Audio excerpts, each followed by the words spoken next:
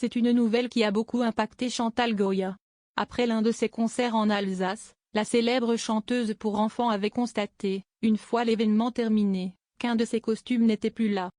Peinée par la soudaine disparition de ce déguisement, utilisé essentiellement durant ses représentations, notamment lorsqu'elle interprétait le titre Pandi Panda, l'épouse de Jean-Jacques Debout avait alors pris la parole sur les réseaux sociaux afin d'avertir ses fans de cette fâcheuse mésaventure. Chantal Goya annonce le vol de son costume. Quelqu'un me l'a pris. Je ne peux plus chanter Pandi Panda. Vous savez pourquoi?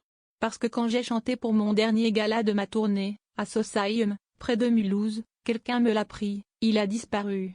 Et ça m'a fait beaucoup de peine. Avait-elle scandé dans une vidéo publiée sur son compte Instagram, le 25 juin dernier. Et d'ajouter, Panda nous manque à tous. Aidez-moi à le retrouver très vite pour tous les enfants de France, de Belgique, du Liban, et de tous ceux qui l'aiment comme moi. Et si son ami Julien Doré lui a proposé de lui donner l'un de ses costumes de panda qu'il a utilisé durant son passage dans la série Panda, la chanteuse a catégoriquement refusé cette proposition, expliquant qu'elle espérait toujours récupérer l'élément manquant de son costume. Chantal Goya porte plainte pour le vol de son costume. Mais depuis les faits, tout porte à croire que Chantal Goya n'a toujours pas récupéré son costume et que le voleur ne s'est toujours pas rendu. Un fait qui a alors encouragé l'artiste à saisir la justice.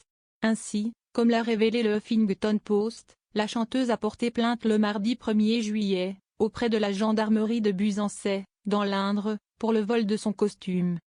Selon les éléments indiqués dans cette plainte, le vol de la tête du costume de panda aurait été constaté après un spectacle datant du 27 avril, dans l'après-midi à Sausheim, au Haut-Rhin.